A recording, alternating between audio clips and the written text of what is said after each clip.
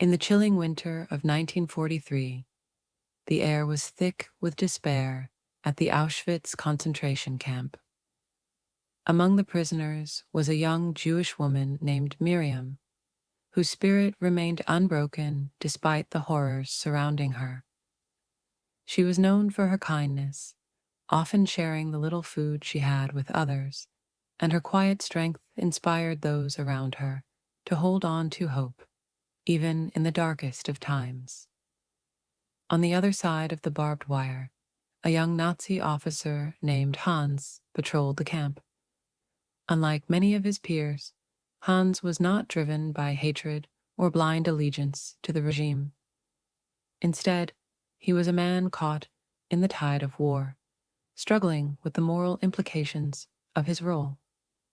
As he walked the perimeter, he often found his gaze drawn to Miriam, her resilience and warmth a stark contrast to the cold brutality of the camp.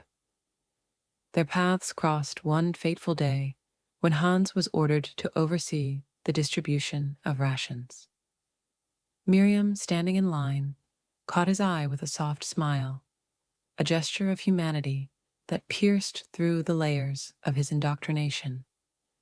In that moment, Hans felt a stirring of emotions he had long suppressed, a longing for connection and a deep sense of empathy for the prisoners. As days turned into weeks, Hans found himself seeking out Miriam during his rounds, their exchanges growing from fleeting glances to whispered conversations. They spoke of their lives before the war, sharing dreams and fears in hushed tones.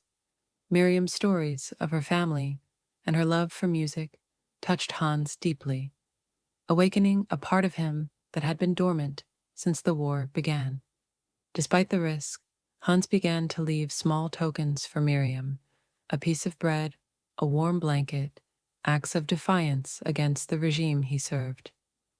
These gestures, though small, were lifelines for Miriam, providing her not only with sustenance, but also with a sense of being seen and valued amidst the dehumanization of the camp. As their bond deepened, Hans was tormented by the knowledge of Miriam's impending fate. The camp's operations were relentless, and he knew that her time was running out. Desperate to save her, Hans considered the impossible, helping her escape. But the reality of the camp's tight security and the consequences of being caught